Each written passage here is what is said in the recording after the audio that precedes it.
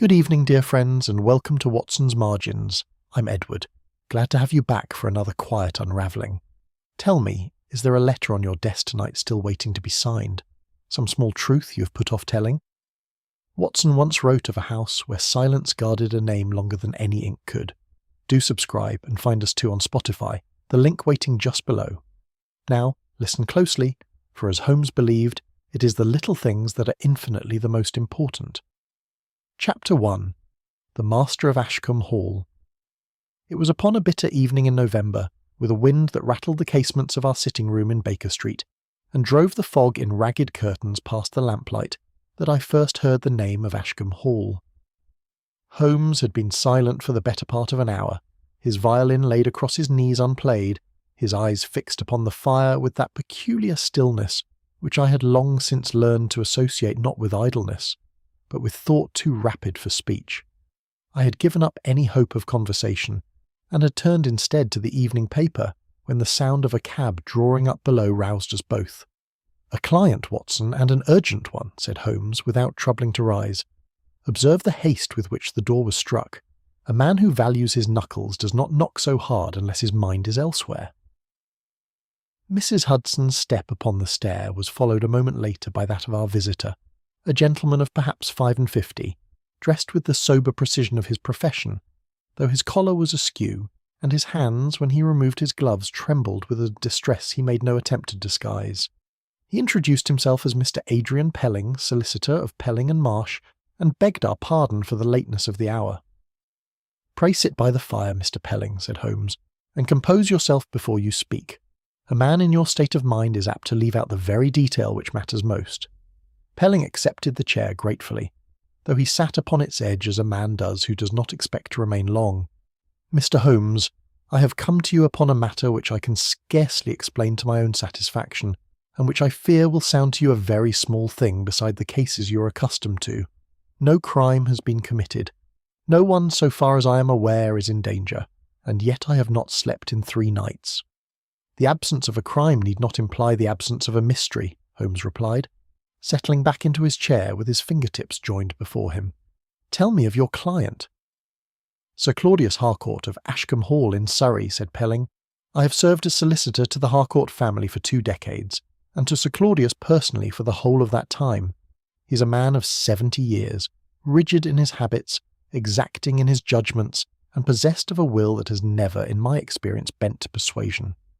The house is his in every sense, not merely as property, but as a kind of small kingdom over which he reigns absolutely. Nothing occurs beneath that roof, Mr. Holmes, without his knowledge and his sanction." "A common enough type among the landed gentry," Holmes observed, "though not, I think, the whole of your trouble." "No, indeed. Some 6 weeks past, Sir Claudius instructed me to draw up a deed of trust, a most extraordinary document, which would place the whole of the Ashcombe estate under trusteeship, and which would determine, with a precision I have rarely been asked to commit to paper, who might inherit the property, who might continue to reside within its walls, and who might lawfully bear the name of Harcourt at all. I confess I could not restrain an exclamation at this. Surely a man cannot dictate who may use his own family name." "He can do a very great deal, Doctor, when the name is bound up with property and income, as it is at Ashcombe," Pelling answered gravely.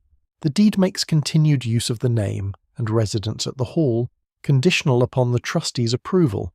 Trustees to be named by Sir Claudius himself, and answerable to no one else living. It is in effect an instrument by which he proposes to rule the family from beyond his own lifetime." Holmes's eyes had sharpened with interest.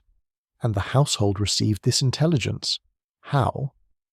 "Sir Claudius summoned every member of it to Ashcombe for the signing, which he had fixed for this coming week. There is his second wife, Lady Eleanor, a woman of great composure who possesses little fortune of her own, and depends wholly upon her position in that house.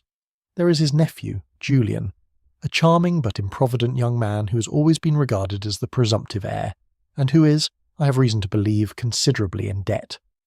There is his daughter, Miss Beatrice, a young lady of independent mind, who wishes to marry a gentleman her father considers beneath her. There is Captain Stephen Vale, a distant relation and decorated officer who serves as Sir Claudius's estate secretary, and who carries, I believe, some old shadow upon his military reputation that he is most anxious to see lifted. And there is Mrs. Gresham, the housekeeper, who has served the family 35 years, and who knows, I think, more of its history than any person living. A household united on the surface by duty, Holmes murmured, and beneath it by 5 entirely different appetites. Pray continue, Mr. Pelling. You have not yet told me what troubles you. The solicitor twisted his gloves in his lap. It is this, Mr. Holmes. The deed has been drafted and witnessed in preparation, though not yet in final execution. It has been sealed within a blue legal envelope of my own office, and placed by Sir Claudius's own hand within the safe of his private morning room to await the signing. Yet for a fortnight now he has delayed that signing, though every other preparation is complete, declaring, and these are very nearly his words, that he intends first to make one final correction to the family history. A curious phrase, said Holmes, and I saw the light of genuine interest kindle in his grey eyes. I confess I do not know what he means by it, and it is precisely that ignorance which has robbed me of my rest. Sir Claudius is not a man given to idle speech. When he says he will correct the family history, I believe he intends to do so, and I do not know what such a correction might disturb, nor whom it might harm. He has hinted, only hinted, mind you, that he has become suspicious of certain relatives, and has gone so far as to threaten one or more of them with the exposure of some private misconduct, unless they accept the settlement he intends to impose upon them entire. And he has told you nothing more definite? Nothing. He is not a man who confides, Mr. Holmes. He commands. Pelling looked up at last, and there was something almost pleading in his tired eyes. I ask you to come to Ashcombe, ostensibly as a guest. Sir Claudius has agreed to receive you, upon my representation that you are a gentleman of scientific interests whose opinion he wishes on a question of old family portraits. A small deception, I trust you will forgive me, and to observe what I confess I cannot myself interpret. I do not ask you to prevent a crime, for I cannot say that one is intended. I ask only that a mind sharper than my own be present when whatever is to happen, happens. Holmes rose and stood for a long moment before the fire, his hands clasped behind his back. Mr. Pelling, he said at length, I will own that inheritance disputes as such hold little savour for me. Wills are contested, deeds are drawn and redrawn, and men die leaving their money in 100 foolish configurations, and there is seldom in it anything for the reasoning faculty to fasten upon. But you have given me one phrase which redeems the whole matter from the commonplace. He turned to face us both. A man alters a settlement when he doubts the future. He alters the family history when he fears the past. Sir Claudius Harcourt does not sound to me like a man arranging his affairs, Mr. Pelling. He sounds to me like a man settling an old account, and such men are not always careful of who stands in their way when the reckoning falls due. Watson, I think we had better pack for Surrey. I own that as I mounted the stairs that night to make ready for our journey. I felt none of the eagerness that commonly attends the opening of one of Holmes's investigations, but rather a vague unease, as though the house we were to visit already held its tragedy prepared and waited only upon the hour. Chapter 2. The Duties of Blood. Ashcombe Hall stood upon rising ground above a bend of the river, a square and sober pile of grey Georgian stone that seemed to regard the surrounding country with the same unbending scrutiny I would soon find characteristic of its master. We arrived in the last light of a short winter afternoon, Pelling having travelled down with us to smooth our reception, and I recall that even the crunch of the carriage wheels upon the gravelled drive had about it note of formality, as though the house itself disapproved of haste. We were admitted by a footman of few words and shown almost at once into a library where a fire burned with more discipline than warmth, and there we waited some 20 minutes before Sir Claudius consented to receive us. When at last he entered, I understood something of what Pelling had meant. He was a tall old man, spare and upright, with a face from which all softness had long since been worn away, leaving only the bones of what must once have been considerable handsomeness. His eyes were pale and very steady, and he gave each of us in turn a look that seemed less a greeting than an assessment. "Mr. Holmes," he said, extending a dry hand, "Pelling tells me you take an interest in old portraiture. I have several canvases in the West Gallery that may reward your attention, though I confess I have little patience for men who study the dead more closely than the living." He turned to me with a curt nod. "Dr. Watson, you will find the house runs to a fixed order, breakfast at 8, correspondence at 9, and I dine at 7 precisely, whoever may or may not have arrived to share the meal. I find that punctuality is the last virtue a household retains when all others have been abandoned. It was, I thought, a strange remark with which to greet a guest, and I saw Holmes's eyes flicker with the particular brightness that told me he had marked it also. We were introduced to the remainder of the household at dinner, a meal served with a military exactness that must, I think, have owed something to Captain Vale's influence upon the domestic arrangements, though the true governance was plainly Sir Claudius's own. Julian Harcourt sat near his uncle, a fair, well-made young man whose easy charm could not quite disguise a certain haggardness about the eyes, the look of a man who has calculated his debts too many times before falling asleep. He asked, twice within the first half-hour, whether the deed's provisions would permit any advance of funds before the formal signing, and each time Sir Claudius answered him with a silence more crushing than any rebuke. Miss Beatrice Harcourt sat opposite me, a dark, composed young woman whose manner toward her father held a coldness she made no effort to warm for our benefit, though she showed, so far as I could judge, no covetous interest whatever in the estate under discussion. Captain Vale, upright and soldierly, wore an air of excessive correctness that seemed to intensify whenever Sir Claudius touched, even lightly, upon the subject of honour, as a man's shoulders stiffen when an old wound is pressed. Lady Eleanor presided at the foot of the table with a grace that I found genuinely admirable, gracious to each of us in turn, and yet I noticed, as the meal wore on, that she never once ventured to contradict her husband, even upon the most trifling matters of household management, where a lesser deference might well have permitted some small independence of opinion. It was over the port that Sir Claudius made his announcement, delivered with the same flat finality with which he had spoken of breakfast hours. The deed will be signed at 9 o'clock tomorrow morning, in my presence and Pelling's before witnesses. But before I set my name to it, I intend to read aloud a statement I have prepared, a statement concerning the true claim of blood upon this house. There has been a falsehood at the heart of this family for a great many years, and I do not choose to leave it standing when I am gone. The effect of this speech upon the table was to my mind more eloquent than any confession could have been.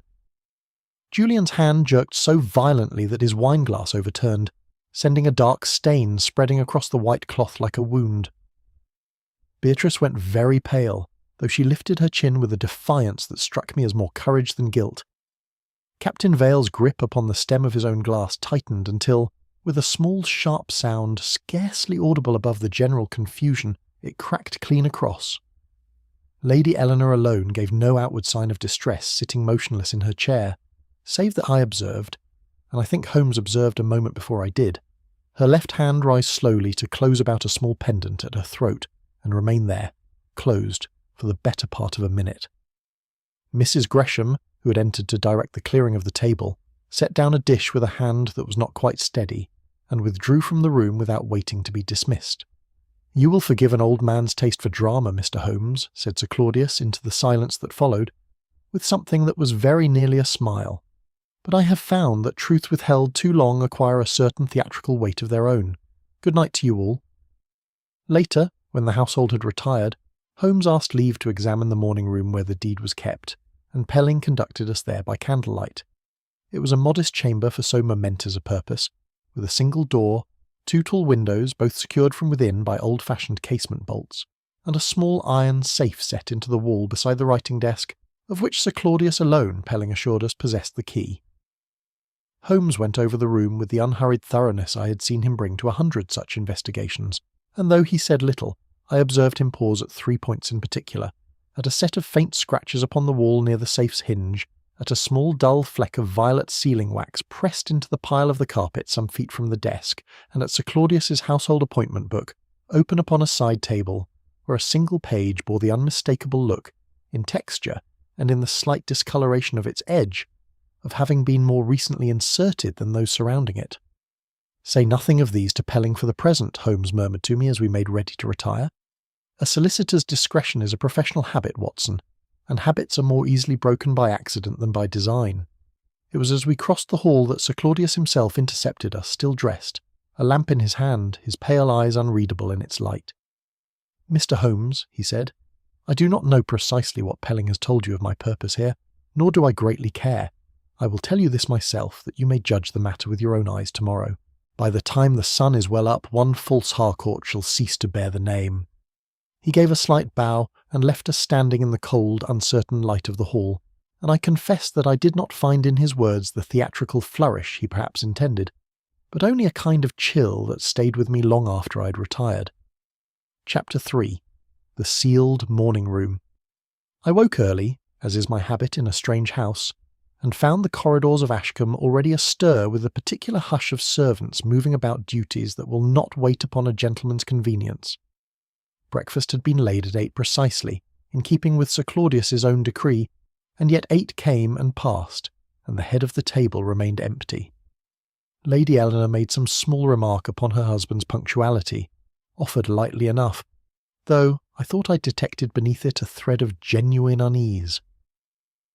By 1/4 past the hour, that unease had spread to the whole table, and by 1/2 past Pelling had risen from his chair and gone himself to the morning-room door. He returned within a minute, his face drained of colour. "The door is locked," he said, "and there is no answer within." We went to it in a body, and I confess that even before the door was forced I had begun to feel that particular coldness which experience has taught me to associate with tragedy, already accomplished rather than tragedy impending. Captain Vale and Julian between them broke the lock with 2 hard blows of the shoulder, and the door swung inward upon a scene I shall not soon forget. Sir Claudius Harcourt lay upon the floor beside his writing-desk, one arm outflung, his head resting in a dark stain that had already begun to dry upon the carpet. A heavy bronze seal press, of the kind used for the impression of a family crest upon wax, lay a foot or so from his hand, its base darkened with what I did not need my medical training to recognise. I knelt beside him, though I knew, even as I did so, that there was nothing left for me to do. The body had been cold some hours, and the single terrible blow to the temple had been, I judged, immediately fatal. The safe stood open in the wall, its small door ajar, and upon the desk itself lay the blue envelope Pelling had described to us in Baker Street, its seal broken, its contents drawn half out. I looked to Holmes, and saw that he had already crossed to examine it. The deed of trust lay within, complete in every particular save one. The space reserved for Sir Claudius's signature was blank. "The windows, Watson," said Holmes quietly, and I turned to find both casements exactly as we had left them the night before, bolted fast from within. The key to the door itself was discovered, upon Captain Vale's search of the body, still resting in the dead man's waistcoat pocket. No other weapon than the seal press was to be found within the room, and no means of entry or exit presented itself beyond the single door we had just broken open. Word was sent at once to the local constabulary, and it was scarcely 2 hours later that Inspector Lestrade arrived from London, summoned by a telegram Pelling had thought it prudent to dispatch, before ever the local police could muddy the matter with their own theories. I had not seen the inspector in some months, and found him little changed, brisk and confident in manner, with the particular energy of a man who believes he has already grasped the shape of a case before he has properly examined its details. "A locked room, Mr. Holmes," said he, rubbing his hands together as he surveyed the scene, "but not, I think, so very mysterious a one when you consider the company assembled under this roof. A great inheritance, a deed that would have cut more than one of them off without a shilling, and a murder committed the very night before the signing. I have seen a dozen such cases, and they generally answer to the same solution. The fellow entered before the room was locked for the night, hid himself behind that curtain yonder or within the cupboard there, struck down his uncle when the household slept, and slipped away again in the confusion after the door was forced. It is inheritance, Mr. Holmes, plain and simple, and I do not think you will find it otherwise." "I have rarely found a case that answered so readily to a single word," Holmes replied, though without any great heat. "But I shall not quarrel with you before the evidence is in, Lestrade. Only observe with me, if you will, not the wounds upon Sir Claudius, which speak for themselves plainly enough, but the faces of those who mourn him. I own that I found this a curious instruction, and yet as the household was gathered in the hall to be informed of what had occurred, I saw the wisdom of it."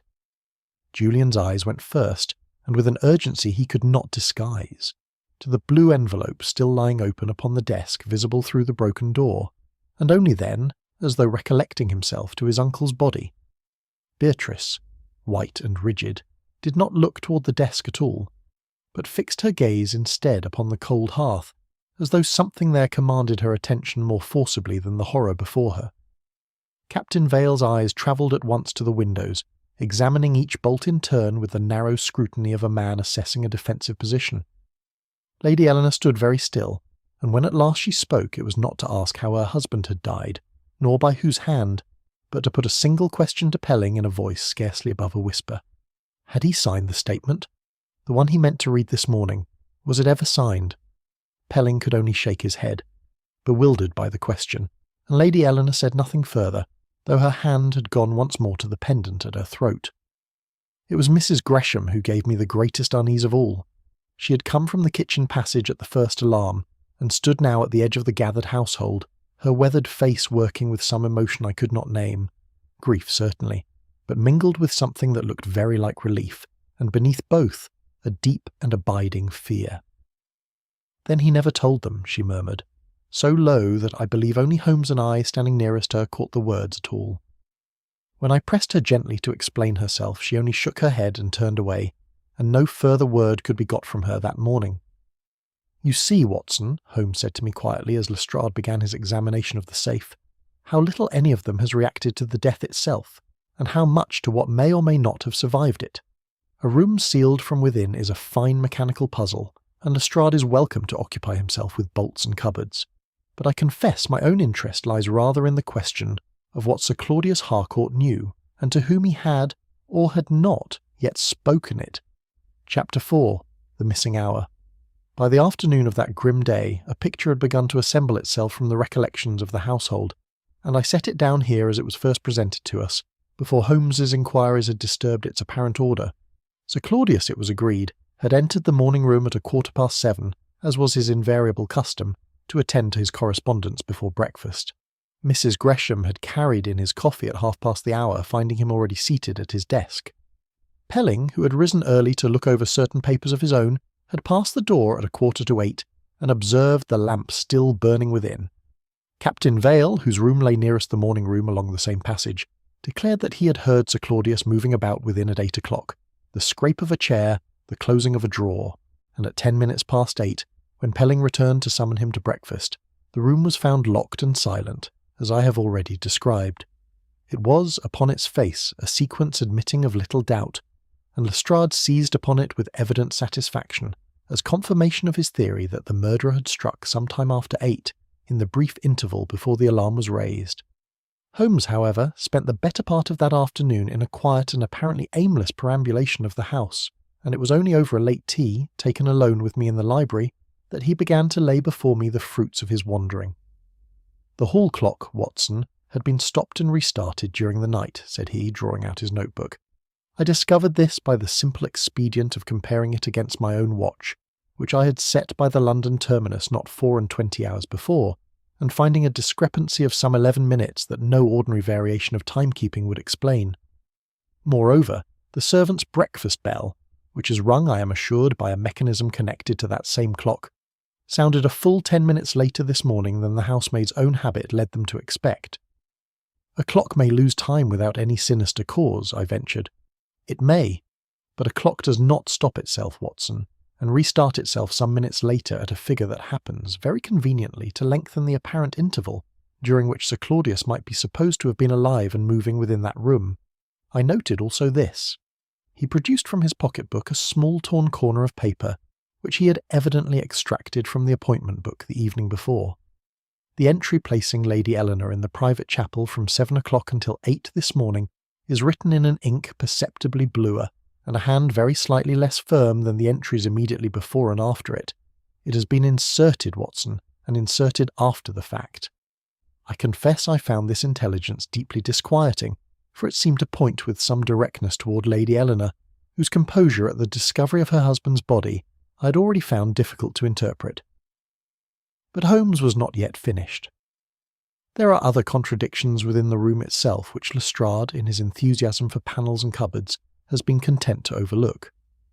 The fire, which Sir Claudius habitually had made up at 7:30, was found this morning very nearly cold, as though it had not been tended after the small hours of the night.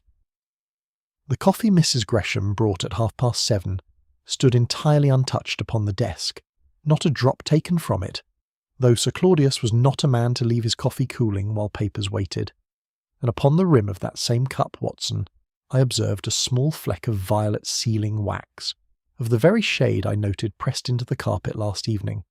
Finally, a sheet of blotting paper, which by every evidence of the desk's arrangement ought to have lain beneath the unsigned deed, is nowhere to be found. "Then you believe—" I began. "I believe very little as yet, and state as fact still less," said Holmes, with the particular sharpness he reserved for premature conclusions, whether his own or another's. "I observe only that someone within this house has taken considerable trouble to make it appear that Sir Claudius Harcourt was alive and at his correspondence a good deal later into the morning than the fire, the coffee, and I suspect the truth itself would suggest. It was Lestrade who joined us shortly after, with intelligence of his own that he clearly regarded as decisive. I have had a wire from London, Mr. Holmes, and a look through the young man's room besides. Julian Harcourt owes upward of £4,000 to persons who are not, I am given to understand, of a patient disposition, and under the terms of this precious deed he would have found himself cut off with a bare annuity. More than that, we have found, tucked within the lining of a travelling case, a letter, torn across but pieced together well enough to be read, in which he threatens his uncle with exposure of some sort unless money is forthcoming at once." "A damning discovery," I said. "And there is more," Lestrade continued, with the air of a man laying down a winning hand. "Miss Beatrice, it transpires, would have been forbidden by the very same deed from marrying without the consent of trustees her father himself would have named. Trustees who might be relied upon, I think, to withhold that consent from a suitor Sir Claudius had already condemned. Motive enough there, Mr. Holmes, and no need to trouble ourselves overmuch with clocks and coffee cups." Holmes regarded him with an expression I had come to recognise as tolerant rather than convinced. "Greed explains very well, Lestrade, why a man might wish another dead. It explains rather less satisfactorily why a woman, standing over her husband's body, should ask not how he died, but whether a certain document had been signed before he died. I do not say you are wrong to examine Julian's debts, nor Beatrice's suitor. I say only that a household may harbour a dozen motives for murder, without any one of them being the motive that answers to the facts. We are not yet arranging suspects by the depth of their pockets, Inspector. We are arranging them, if we are wise, by the precise shape of their fear." Lestrade snorted good-humouredly at this, as a man does at a philosophy he has no leisure to examine, and went off to pursue his own more tangible line of inquiry. Holmes watched him go with a faint, unreadable smile, and then turned to the window, where the last grey light was failing over the lawns of Ashcombe. "There is a missing hour in this house, Watson," said he at length, "and I do not think it belongs, as Lestrade supposes, to the murderer's escape. I think it belongs to something that was said, or nearly said, within that room before ever the blow was struck. And it is that hour, and not the safe nor the bolted windows, which I mean to recover." Chapter 5. Agreements Never Spoken. Holmes proposed upon the following morning to interview each member of the household separately, and it was arranged that we should use the small study adjoining the library for this purpose. A room chosen, I suspect, for no better reason than that its single window overlooked the drive and afforded Holmes an unbroken view of who came and went while he waited for each in turn. Julian was the first to be summoned, and came in with the studied ease of a man determined to appear untroubled, an ease that sat upon him, I thought, rather less comfortably than he intended. He did not deny his debts, which he owned with a kind of rueful candour, that I found, against my better judgment, faintly likeable. "I'll not pretend to you, Mr. Holmes, that I haven't been a fool with money," said he, dropping into the chair opposite without waiting to be asked. "But my uncle knew the whole of it, and had as good as promised to clear the worst of it, provided I gave up Miss Latimer, the actress I mentioned, though I dare say you have heard of her by now from some more disapproving quarter. That letter you found was written in a black temper, after he'd gone back on his word for the third time, and I own I said things in it I'd not care to repeat before my own conscience. But I never set foot in that room, Mr. Holmes, not that night nor any part of the next morning, and no threat of mine ever went beyond ink and paper." Holmes questioned him closely upon the hour of 8, and upon his movements before breakfast, but drew from him nothing beyond a repetition of his innocence, delivered each time with the same unhappy sincerity, and at length dismissed him. Beatrice, who followed, proved a very different subject, composed where Julian had been voluble, and disposed to volunteer rather more than Holmes had thought to ask. I think you had better know, Mr. Holmes, that Captain Vale and I have been something more than cousins in our confidences these past months," said she, seating herself with a directness I had not expected. "He has agreed to help me leave this house and marry where I choose, against my father's wishes, and in return I undertook to persuade my father to clear his name of an old and wicked accusation, touching some regimental funds that went missing years ago in India. It was never a conspiracy against my father's life, Mr. Holmes, whatever it may look like now. It was only 2 people, each with a debt of honour the other could help discharge. And did your father know of this alliance?" "I believe he suspected it," she said, "though he never spoke of it directly to me. He preferred, I think, to let us feel the weight of his displeasure without ever giving us the satisfaction of a direct accusation. Captain Vale, when his turn came, confirmed the substance of what Beatrice had told us, though with the stiff economy of a man accustomed to giving evidence rather than confidences. Sir Claudius possessed papers, Mr. Holmes, that would have cleared me entirely of the old charge. I do not doubt it, for he told me as much himself more than once in the way a man reminds a dog of the leash it wears. He kept them from me deliberately, that I might remain obedient. I wanted no man's money. I wanted only what was mine by right, and had been withheld from spite." He paused, and something in his soldierly bearing seemed for a moment to falter. "I will tell you plainly that I am glad he is dead, though I did not kill him. I do not know that I can say fairer than that." It was Lady Eleanor's interview, however, that lingered longest in my thoughts. She entered with the same grave composure she had shown throughout, and answered Holmes's early questions. As to her habits, her acquaintance with the household's affairs, her movements upon the fatal morning, with an evenness that gave nothing away. She had spent the critical hour, she said, in the private chapel, as was her custom upon most mornings at prayer, and had seen no one and been seen by no one until she came down to find the house in an uproar. "And can anyone confirm that you were there the whole of that hour, Lady Eleanor?" Holmes asked, in a tone of the mildest interest. "I do not know that anyone can," she answered, "for it is a private devotion, Mr. Holmes, and I have never sought a witness to it before." It was only when Holmes, seemingly by the way, repeated Sir Claudius's own phrase from 2 nights before, that one false Harcourt should cease to bear the name, that her composure, so perfectly maintained through every other question, failed her at last. Her hand went, as it had gone at dinner, to the small pendant at her throat, and for the space of perhaps 3 seconds she did not or could not speak. When she recovered herself, it was to say only that she had found the phrase, at the time, in very poor taste for a dinner table, and could offer no further account of its meaning. Mrs. Gresham came last, and proved, of all the household, the most reluctant witness, answering in monosyllables until Holmes, with a gentleness I had seen him employ before with servants who feared above all else the loss of their place, drew from her a partial confession.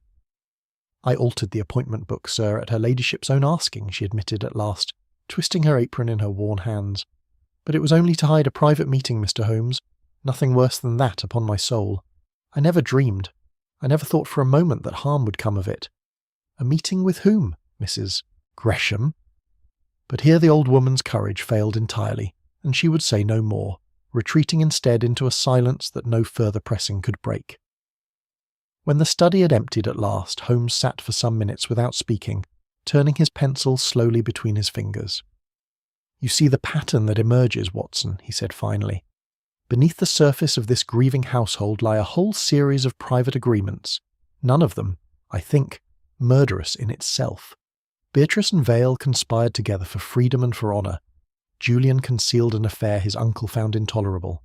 Even Mrs. Gresham has confessed to a small deception, undertaken at her ladyship's request.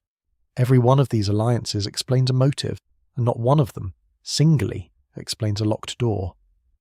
I begin to suspect, Watson, that the true engine of this household is not avarice, as Lestrade would have it, but something a good deal older and a good deal less easily confessed. It is not poverty these people fear, it is disgrace. Chapter 6. The Portrait in the West Gallery. It was upon the 3rd day of our stay that Holmes turned his attention away from the living occupants of Ashcombe Hall and toward its dead, though I did not at once understand the purpose of the change. He proposed a walk through the West Gallery, that long cold corridor hung with the portraits of Harcourts, reaching back some 5 generations, and I confess I followed him with rather more patience than expectation, for I could not conceive what a row of dim canvases might contribute to a case that seemed to me, to turn upon locks, clocks, and the movements of the living. Lady Eleanor accompanied us at Holmes's particular request, ostensibly to identify the sitters, and it was in observing her, rather than the pictures themselves, that I first understood his true object. She moved along the gallery with the practised ease of long familiarity, naming each ancestor in turn, a judge here, a soldier there, a lady famed in her day for some forgotten act of charity, until we came to a canvas near the gallery's farther end, depicting a fair-haired young man in the dress of some 30 years past, whose likeness to Sir Claudius about the brow and chin was unmistakable, though softened by a gentleness his brother had plainly never possessed. Here Lady Eleanor's step faltered, and her eyes, which had rested easily enough upon every other portrait, passed over this one with a swiftness that could not have been accidental. "And this gentleman?" Holmes inquired, pausing before it with every appearance of idle interest. "Rupert Harcourt," she answered, after the briefest hesitation. "Sir Claudius's elder brother. He died unmarried in India, a good many years ago now, of a fever, I believe. There is little more to tell." "A handsome face," Holmes observed, "and one that seems, if I may say so, to trouble you rather more than the judges and soldiers we have already passed." "You imagine a great deal from a moment's inattention, Mr. Holmes," she said, with something of her old composure restored, and moved on before he could press the matter further. Yet I saw that Holmes lingered a moment longer before the canvas, and it was only after she had gone some distance ahead of us that he stepped close to the frame and, with a care that would have done credit to a curator, lifted it gently from the wall. Behind it, fixed to the panelling by a single tarnished pin, lay a small strip of faded ribbon, of the kind used to trim an infant's cap, and beside it a scrap of paper, brittle with age, upon which a hand now long unpractised had written a single name, Eleanor Vane. "Vane, Watson," Holmes murmured, replacing the portrait with the same care he had removed it, "and not Harcourt. I think we have found the thread Sir Claudius meant to pull." It was Mrs. Gresham, sought out later that afternoon in the small sitting-room she kept off the servants' passage, who at last gave us the fragment of history that made sense of the ribbon and the name. She spoke reluctantly, and I believe only because Holmes assured her with perfect sincerity that her silence could no longer protect anyone and might yet condemn the innocent. "Before ever she married Sir Claudius, ma'am, Lady Eleanor, that is, she served as companion to a lady none of the family ever spoke of above a whisper," said the old housekeeper, her eyes fixed upon her own folded hands. "Rupert Harcourt's wife, sir, though the marriage was kept close, for he had wed beneath his station, a merchant's daughter with no fortune to recommend her to Sir Claudius's notice. The poor lady died soon after, within the year, leaving an infant behind her, and it was Miss Eleanor Vane, as she was then, who nursed that child through its first weeks of grief and confusion. And the child, Mrs. Gresham—" "I have said more than I ought already, sir," she answered, and though Holmes pressed her gently a while longer, she would not be drawn beyond this, save to confirm with evident distress that Sir Claudius had taken the matter wholly into his own hands upon his brother's death, and had suppressed all record of the marriage from that day forward. We found Pelling shortly after, and laid before him what we had learned, expecting perhaps some confirmation from the family's legal records. He grew pale at the mention of Rupert's marriage, and admitted, with evident reluctance, that he had drafted certain clauses in the trust deed at Sir Claudius's insistence, clauses whose precise purpose he had not been permitted to understand, but which he now saw plainly would have placed the whole estate forever beyond the reach of any claimant who might at some future date come forward to dispute the succession. "I swear to you, Mr. Holmes, I did not know the identity of the person he feared," said the solicitor, mopping his brow, though the room was far from warm. "Sir Claudius was not a man who explained himself to his own lawyer any more than to his own family. I drew the clauses as he instructed, and asked no questions I was not encouraged to ask." It remained for Holmes to make one further discovery that evening, which he accomplished by means I confess struck me as almost alchemical in their patience. He had noted, upon our first examination of the morning-room, the absence of the blotting sheet that should by every reasonable expectation have lain beneath the unsigned deed, and he had spent the better part of an hour that afternoon searching the ash of every grate in the upper story of the house before he came, in a small fireplace off an unused bedroom upon a single sheet, scorched at one corner but largely intact, which he carried down to the library and held with great care against the lamp. By its reversed impression, faint but legible, where the paper's grain caught the light, he made out a fragment of Sir Claudius's own hand. Eleanor, child, certificate. Name preserved only by silence. I own that my first thought, reading these broken words, was of some old indiscretion of Lady Eleanor's own, a child perhaps born before her marriage and hidden from the world at painful cost, and I said as much to Holmes as he folded the fragile sheet away into his notebook. "You leap too readily to the obvious conclusion, Watson," he said with a faint shake of his head, "as you are generally so good as to do, and thereby furnish me with the very hypothesis I must labour hardest to disprove. Consider the ribbon we found today and the name beside it, and ask yourself whether the child in question is quite so easily accounted for as your theory would have it." Before I could press him further upon his meaning, Lestrade appeared at the library door with news of his own, wearing the satisfied expression of a man who believes his patience about to be rewarded. Julian, he informed us, had been discovered 2 days previous attempting to sell a family jewel to a dealer in Guildford, a discovery which threatened once again to draw the whole weight of suspicion back toward the plainest and most familiar of motives. Chapter 7. The Price of Ashcombe. Lestrade's discoveries, when he laid them before us in full the following morning, formed a chain of evidence that even Holmes, I think, was obliged to acknowledge as formidable, whatever reservations he continued privately to entertain.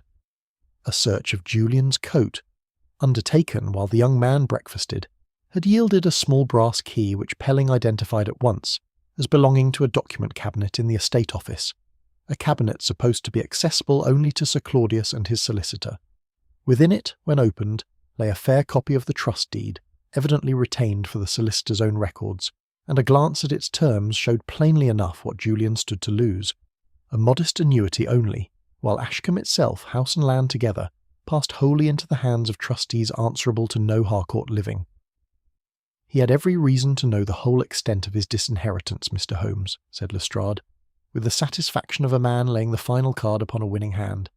"And better evidence still, we have found a stable boy who saw him in the passage outside the morning room a few minutes before 8 upon the fatal morning." Julian, confronted with this intelligence in the library that same afternoon, did not attempt to deny the essential fact, though he protested with some vehemence the construction Lestrade wished to place upon it. "I was in the passage, yes, I'll not lie about a thing a stable boy has already sworn to," said he, his easy manner deserting him at last. "I meant to beg him one final time, before the wretched thing was signed, to think better of cutting me off entire. I stood outside the door a full minute, Mr. Holmes, screwing up my courage, and then I lost it, and went away again without ever knocking. That is the whole of my crime, whatever anyone may choose to believe of it." It was not, I confess, an account calculated to inspire confidence. Delivered as it was with the particular desperation of a man who knows his word carries little weight against a locked door and a stolen key, and Lestrade received it with an open scepticism that I found, upon the evidence then before us, difficult to fault. The inspector's reconstruction of the crime followed within the hour, delivered to Holmes and myself with a confidence that had grown, if anything, more pronounced since our arrival. Julian entered the room before it was locked for the night, Mr. Holmes, concealed himself until Sir Claudius returned in the morning, and when the old man refused him money, as we know from a dozen witnesses he'd refused him before, struck him down in a fit of desperation with whatever came first to hand. He opened the safe, hoping perhaps to destroy the deed itself, or to satisfy himself of its contents, found it already unsigned and therefore worthless to tamper with, and made his escape by the one route none of us had troubled to examine. He led us, with a flourish I thought rather theatrical for so grim an occasion, to the bookcase that stood against the morning-room's inner wall, and showed us a section of shelving, cunningly hinged, that swung outward upon a concealed panel, to reveal a narrow service passage running down toward the kitchens, of a kind not uncommon, I am told, in houses of Ashcombe's age, built originally for the discreet passage of servants between the family's private rooms and the offices below. Upon the dusty floor of this passage, Lestrade's men had found footprints, freshly disturbed, and caught upon a projecting nail near the panel's edge, a small strip of dark woolen cloth which, when compared against the coat Julian had worn upon the morning of the murder, appeared to match both in colour and in weave. "There is your locked room solved, Mr. Holmes," said Lestrade, not without a certain generosity of manner, as of a man willing to share credit where he had, in his own estimation, so plainly earned the greater part of it. and I fancy Scotland Yard will not think the worse of me for having found what a fortnight's cleverness might otherwise have obscured. Julian was arrested that same evening, protesting his innocence to the last with a vehemence that seemed to me even then to carry more of genuine bewilderment than of practised guilt, though I own I could not have said with confidence at that hour which impression was the truer. The household received the news when it came with a relief that struck me as almost unseemly in its promptness, though I have since had occasion to reflect that grief and relief are not always so distinct from one another as we suppose. Pelling declared himself satisfied that the estate's affairs might now proceed in good order, the succession no longer clouded by suspicion. Captain Vale spoke openly of his expectation that Sir Claudius's papers, the evidence that would clear his old military disgrace, might now be recovered and released without further obstruction. Beatrice, for her part, said little, but there was about her a lightness of bearing I had not observed since our arrival, the unmistakable ease of a woman who believes herself, at last, free to arrange her own future. Lady Eleanor alone seemed to draw no comfort whatever from the arrest. I observed her that evening in the drawing-room, sitting apart from the general murmur of subdued congratulation, her hands folded very still in her lap, and her face, when she believed herself unwatched, wearing an expression of dread rather than of ease, as though Julian's arrest had settled nothing in her own private reckoning, but had rather brought some other reckoning nearer. Holmes, meanwhile, had gone alone to examine the service passage after Lestrade's men had withdrawn, and returned to the library some 3/4 of an hour later, with an expression I had learned to recognise as belonging not to defeat, but to the particular satisfaction of a hunter who has found the true trail running beneath the false one. "The panel has certainly been used, Watson," said he, seating himself by the fire and drawing out his pipe with a deliberation that told me he had a good deal more to say than he intended to say quickly. "I do not for a moment dispute that, but I am very much of the opinion that it was not used at the hour, nor by the hand that Lestrade supposes, and I think that before this night is out I shall be able to show you why." Chapter 8. A grief that came too late. Holmes was as good as his word, though the hour grew late before he had assembled the whole of his proof, and I sat with him through the better part of it, my pipe cold in my hand, following the thread of his reasoning as it drew tighter, about a conclusion I had not myself foreseen. "Consider first the strip of cloth upon the nail, Watson," said he, laying it upon the table beside a fragment cut from an old curtain, lining he had evidently procured for the purpose of comparison. A man escaping in haste through a low and unfamiliar passage catches his coat upon a projecting nail, and the cloth, torn from him by his own struggling movement, presents an edge ragged, uneven, drawn out along the weave. Examine this fragment under my glass, and you will see nothing of the kind. The edge is clean, close to straight, such as no accidental tearing produces, but such as a sharp blade will produce every time. Someone has cut this cloth from Julian's coat, Watson, and hung it there with their own hand at their leisure, and not in the terror of flight. He passed me the glass, and I confirmed for myself what he had described, the edge indeed running with a regularity no snagging thread could account for. And the footprints in the dust? Made after the panel was already known to be open, not before. I compared them this evening against the marks left by Lestrade's own men during their examination this afternoon, and Watson, they lie above those marks in every place where the two cross, not beneath them. Dust does not fall upward. Whoever left that trail did so after the panel had already been discovered and searched, which is to say after Julian himself was already under lock and key in the village jail, quite unable to have left them. He set down his pipe. There is a third point, smaller, but to my mind conclusive. I tested the panel's lower edge this evening with my own hand, and found it swollen fast against the sill by the damp weather of these past days, so that it required a firm shoulder and no small effort to force it open at all, and could certainly not have been drawn silently closed again by a man fleeing in the small hours without waking half the passage.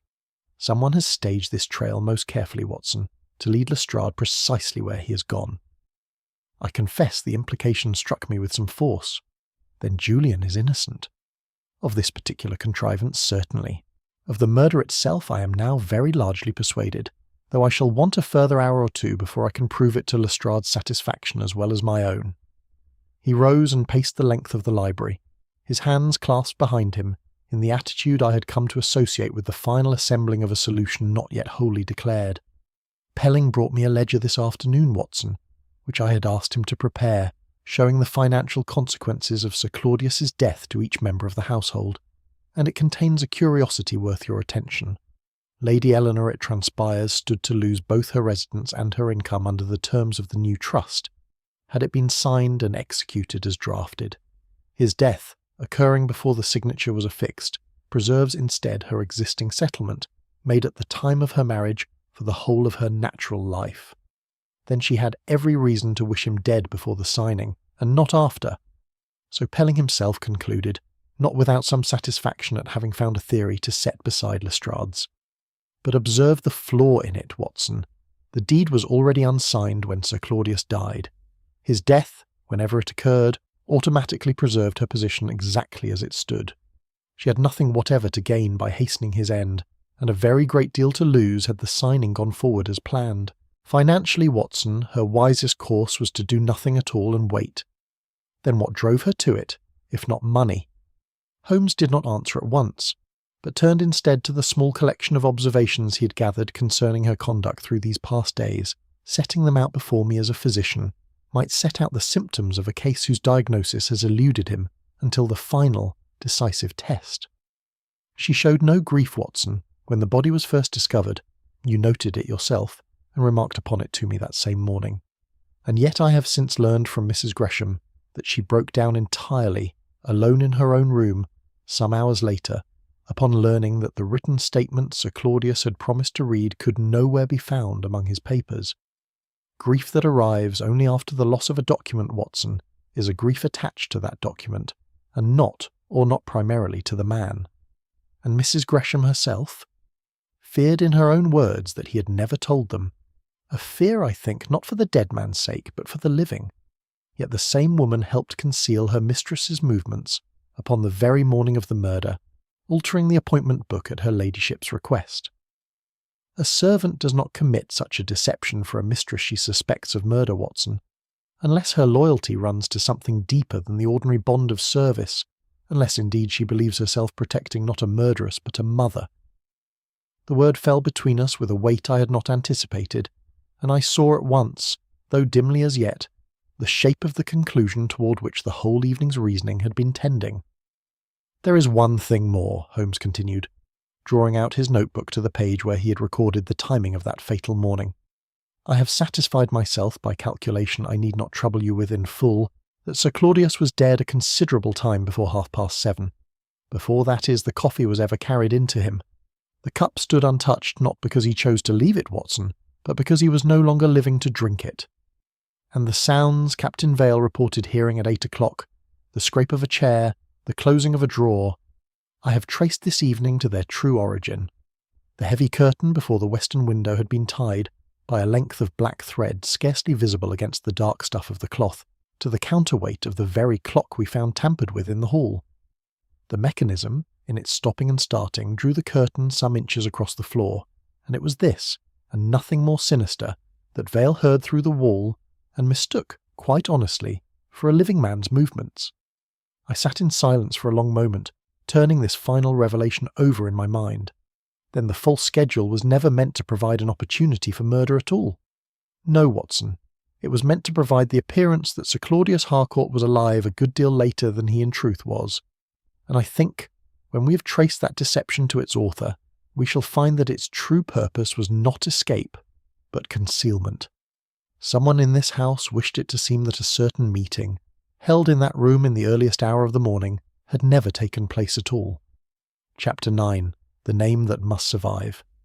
Holmes sent word early the following morning that he wished the household assembled in the West Gallery at 11 o'clock, a summons that Pelling undertook to deliver, and which was received, so far as I could judge from the faces about the breakfast table, with an apprehension that fell short of surprise. Lestrade himself had returned from the village at Holmes's particular request, and stood now near the gallery's entrance with the guarded look of a man uncertain whether he is to witness a vindication or a humiliation of his own labours, and prepared, I think, for either. We gathered beneath the row of painted Harcourts, Lady Eleanor pale but composed, Beatrice standing a little apart with Captain Vale near her shoulder, Pelling twisting his hands together in a manner that recalled, with some force, his first agitated visit to Baker Street, and Mrs. Gresham hovering near the doorway as though uncertain of her right to remain. Holmes waited until the last of them had settled before he began, standing before the portrait of Rupert Harcourt with the ease of a man who has at last assembled every piece of a difficult puzzle and need only set it before others in its proper order.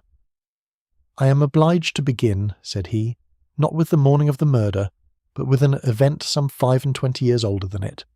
Rupert Harcourt, Sir Claudius's elder brother, did not die unmarried, as this household has been given to believe. He married, secretly and beneath what his family considered his station, a lady whose name need not further trouble us, and by her he had a daughter. When both parents died within a short space of one another, it fell to Sir Claudius, then a younger man, but already possessed of the will that would govern this house for the whole of his life, to dispose of the child's future. He suppressed the marriage entirely. He destroyed, or believed he had destroyed, every record of it, and he raised the infant as his own daughter, under his own name. A stillness fell upon the gallery more profound, I think, than any cry could have produced. Beatrice's hand had gone very still upon the arm of the chair beside her, and I saw understanding move across her features with the slow, terrible clarity of a truth long suspected and never spoken. His motive, I regret to say, was not the kindness it might at first appear, Holmes continued. By suppressing the child's legitimate claim, and raising her instead as a daughter dependent wholly upon his own goodwill, Sir Claudius made himself the sole and undisputed master of Ashcombe, its succession no longer troubled by any rival claim descending through his brother's lawful line. Miss Beatrice Harcourt is not, and has never been, Sir Claudius's daughter. She is the lawful child of Rupert Harcourt, and his lawfully wedded wife, and the true heir to this house. It cannot be, Pelling murmured, though his face told a different story from his words. Lady Eleanor, then a young woman named Eleanor Vane, served as companion to Rupert's widow in her final illness, and helped nurse the infant through the first weeks of an orphaned life, Holmes went on. It was this service, and the silence it demanded of her ever after, that first bound her to Sir Claudius, who married her some years later, securing in the same stroke both a wife and a permanent guardian of the secret upon which his authority depended. Lady Eleanor had not moved, but her eyes, fixed upon Holmes, held an expression I can only call relief mingled with dread, the look of a prisoner who hears at last the charge she has long expected named aloud. Sir Claudius, in these last weeks, resolved upon a final correction of the family history, as he himself termed it to Mr. Pelling, Holmes continued.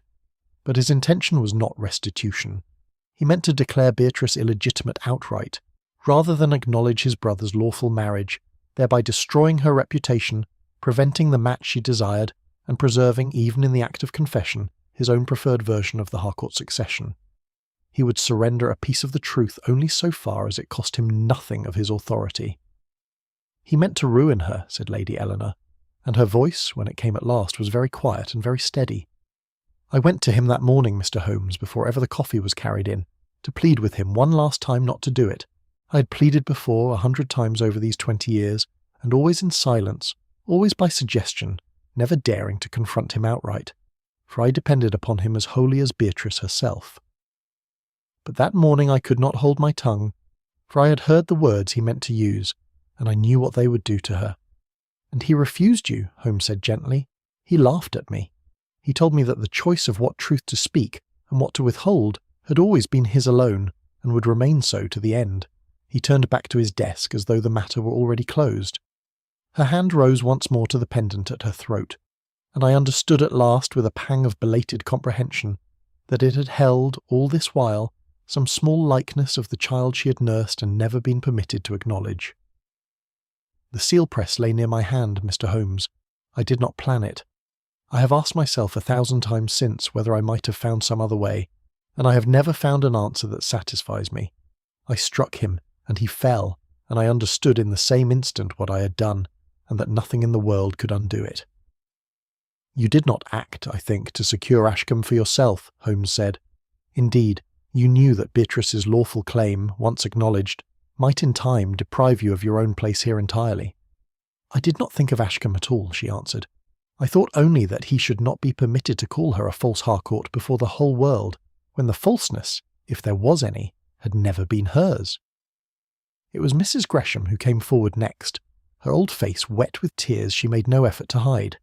I found her there, sir, not 5 minutes after, still standing over him, unable to move.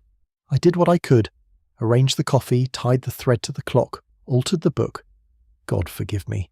I thought only to buy her time, not to save her from justice, but to give her the chance to tell Miss Beatrice the truth herself, in her own way, before the world learned of it in some crueler fashion. Holmes turned last to Pelling, whose face had gone the colour of old parchment.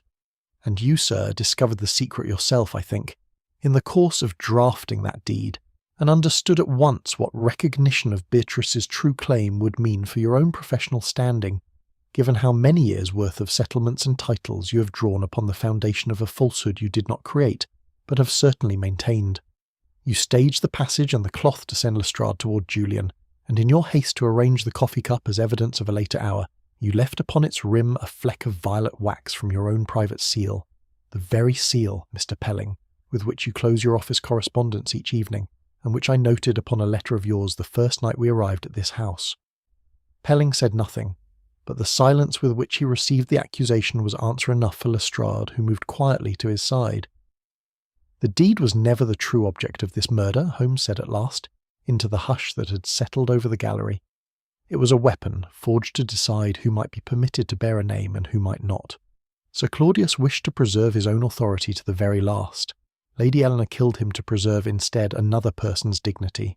Both, in their different fashions, believed themselves guardians of the Harcourt name. Only one of them, I think, ever understood what that name was truly worth protecting. Chapter 10. A Different Inheritance.